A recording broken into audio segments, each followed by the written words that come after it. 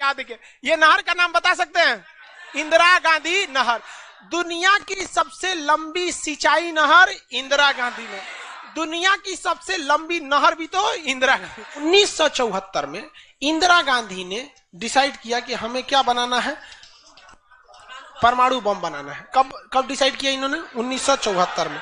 But उस समय हम लोग उतना डेवलप नहीं थे, तो हम लोग यहां पर मई 1974 परमाणु बम का परीक्षण करने के लिए सोचे। लेकिन 1974 में हम लोग उतना डेवलप नहीं थे। 1974 में हम लोग के यहाँ मोटरसाइकिल नहीं थी बढ़िया, राजदूत उष्टू टाइप का थी सब। वहां फ्रीडम तो इधर आया है यार, 1974 में फ्रीडम कहाँ था? यमाहा वगैरह था। यहां पर इन्होंने पोखरण में परमाणु परीक्षण किया, लेकिन गलती से वो उतना सक्सेस नहीं हुआ जितना होना चाहिए था। उस परीक्षण का जो नाम था, उसका नाम था स्माइलिंग बुद्धा। क्या नाम था? स्माइलिंग बुद्धा। तो हो गया बात वही, भड़कइबो किए लोग, फूस दे करके रह गया, पकड़ा गए हम लोग। अब अमेरिका हम लोग पे दबाव बना दिया। अमेरिका ने एक नियम बना दिया, सीटीबीटी और CTBT, comprehensive test ban treaty. कोई भी व्यक्ति परमाणु बम का परीक्षण नहीं कर सकता है, और बैन लगा दिया। ना आपको जल पे परीक्षण करने देंगे, ना थल पर परीक्षण करने देंगे, ना हवा में परीक्षण करने देंगे, पूरा बैन लगा दिया। और एनएसजी बना दिया, national supplier group, nuclear supplier group, कि कोई भी देश भारत को मतलब यूरेनियम नहीं देगा। तो हम लोग के पास यूरेनियम ही नहीं था, चोरी छुपे हम लोग यूरेनियम मंगाते भी तो सीटीबीटी था, परीक्षण करने नहीं देगा। भारत ना एनएसजी को माना है, ना सीटीबीटी को माना है, और एनपीटी लगा दिया, न्यूक्लियर नॉन प्रोफिलरेशन ट्रीटी, नाभिकीय अप्रसार संधि, की कोई भी देश दूसरे देश को मतलब टेक्नोलॉजी नहीं बेचेगा कि परमाणु बम बनता कैसे। मतलब साला चुट्टा चारों ओर से घेर दिया। कभी कभी गरिया देते हैं यार, क्या हम मशीन थोड़े हैं कि जो सेट कर दिए वही बोलेंगे। देश पे बात आती है तो हम सब भुला जाते हैं। तो दोस्त है ट्रम्प है कि बाइडेन है, सोच रहा भाड़ में जा तू कोनो चीज हो। या पहले हमको मतलब तुम बनाओ परमाणु बम, कोई दिक्कत नहीं, हम लोग दिवाली वाला धुकधुकुआ बनाएंगे। मतलब एनपीटी क्या कहता है? न्यूक्लियर नॉन प्रोफिलरेशन ट्रीटी, नाभिकीय अप्रसार संधि, कि कोई देश दूसरे देश को परमाणु टेक्नोलॉजी नहीं देगा।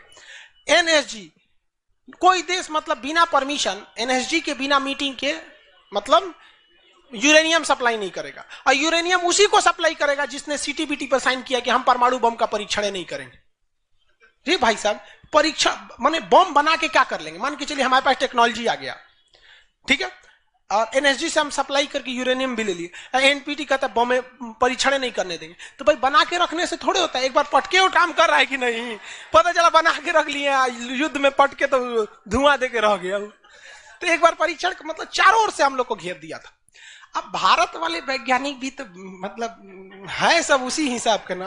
भारत वाले ने कहा कि एक काम कीजिए, एक समझ में नहीं आ रहा है, अमेरिका से कहिए तू हमारे यहाँ परमाणु बिजली घर लगाओ। तो इंदिरा गांधी थी ना, अमेरिका को फुसला दी, कही कि देखिए ना गुजरात में हमारा तारापुर जगह है, वहां परमाणु बिजली घर लगाना है, उसमें बिजली बनेगा, लाइट बत्ती जलेगा, आप बिजली घर लगाइए। सुने हैं कि 300 करोड़ का खर्चा आता है, जबकि 200 करोड़ का खर्चा आता था। तो अमेरिका लपलपा गया कि अरे दादा बिना मोलाई तो रेट बढ़ा दी है। अजब हाल है भाई, महिला मोलाई ना करे, ऐसा हो सकता है? महिला को कोनो सामान फ्री में कहेंगे तो कहेगी 2 गो दे दो।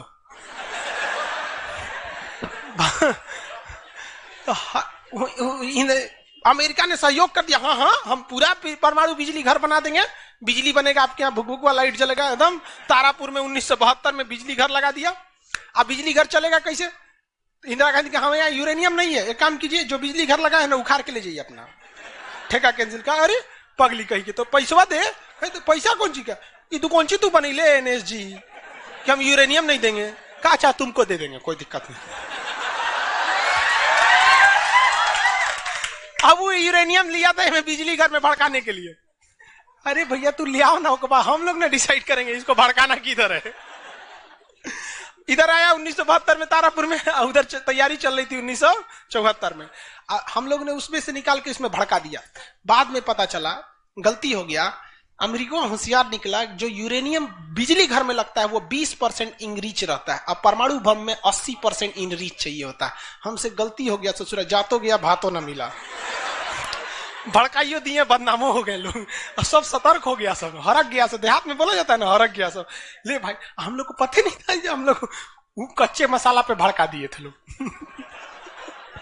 अब क्या हो, सब 75 को नियम लगा दिया, हम लोग को कोई देता ही नहीं था। तो बस अब भारत में वैज्ञानिक, इंदिरा गांधी ने प्रोग्राम को कैंसिल नहीं किया, कहा कि बनाइए। अब भारत में धीरे धीरे आगे गए, एक से एक वैज्ञानिक मिल गए सब। उसमें एक चिदम्बरम थे, बहुत मशहूर वैज्ञानिक, और उसके बाद मिल गए हमारे एपीजे अब्दुल कलाम, सोने पे सुहागा। इन्होंने परमाणु बम बनाने की पूरी तैयारी कर ली। अब तब तक लेकिन कोई भी प्रधानमंत्री डरे उन लोग को खुली छूटे नहीं देता था कि परमाणु भड़काइए, क्योंकि अगर फूस हो गया, देखिए भड़क के सक्सेस हो गया तो किसी के बाप की औकात नहीं फिर कुछ बोले, भड़का दीजिए उसको, उसके बाद कौन ची बोलता है, ले आओ रे, ले आओ तो कौन ची नहीं। लेकिन अगर भड़काए और फूस कर गया तब तो पिटा जाएंगे। जापान पर परमाणु बम मार दिया था अमेरिका, जापान चुपचाप देख लिया था। जापान के पास परमाणु बम रहता ना, अरे बाप रे बाप, उनको तो दिखाया रहता, जापान मार मारा रहता ना, जिसका कोई हद नहीं। मजबूरी हो गई थी। तो भारत के सामने यही रास्ता था कि भैया अगर भड़का दिए और अगर सक्सेस नहीं हुआ तो इस बार माफी मिलने वाला नहीं है, क्योंकि 1974 में एक बार माफ कर दिया था।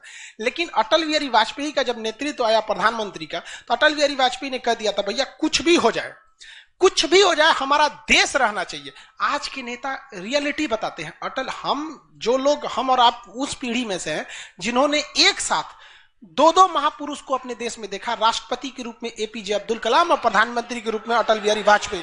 और यह सौभाग्य पृथ्वी पर अब किसी को नहीं मिलने वाला है, क्योंकि ये ऐसे लोग थे जिनका अपना परिवार बाल बच्चा कुछ नहीं, देश ही समझा मतलब देश है, मतलब देश है यहाँ पे, और कुछ नहीं। यहाँ पे गलवान में चीन घुसा है ना, छोटा अटल बिहारी वाजपेयी रहते तो क्या बताए रहे, तो दिखने में बुढ़ा थे अटल बिहारी वाजपेयी।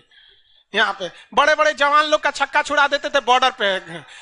उन्होंने खुला छूट दिया एपीजे अब्दुल कलाम को, कहा कि आपको हमारे परमिशन की जरूरत ही नहीं है, आपको जो करना है करिए, हमको नहीं, हमको बस परमाणु बम चाहिए, हमारी सरकार रहे चाहे सरकार गिर जाए। और रियलिटी में है, भारत में अटल बिहारी वाजपेयी अगर परमाणु परीक्षण न करते तो भारत पर अमेरिका सैंक्शन नहीं लगाया रहता और अटल बिहारी वाजपेयी की सरकार नहीं गिर जाती। लेकिन अगर वो अपनी सरकार को सोचते तो कोई भी शिक्षक मंच पर खड़ा होकर किसी प्रधानमंत्री का खुलेआम तारीफ नहीं कर सकता, वरना कितने प्रधानमंत्री आए, कितने गए, किसी के लिए शब्द नहीं निकलता है।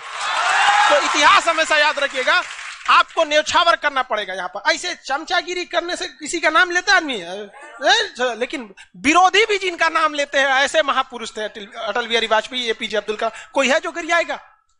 हाँ, उसे जो अपने बेचारा शर्मा जाएगा, किसको बोल रहे। उन्होंने खुला छूट दिया और कहा कि जो करना है करिए। एपीजे अब्दुल कलाम कहे ठीक है।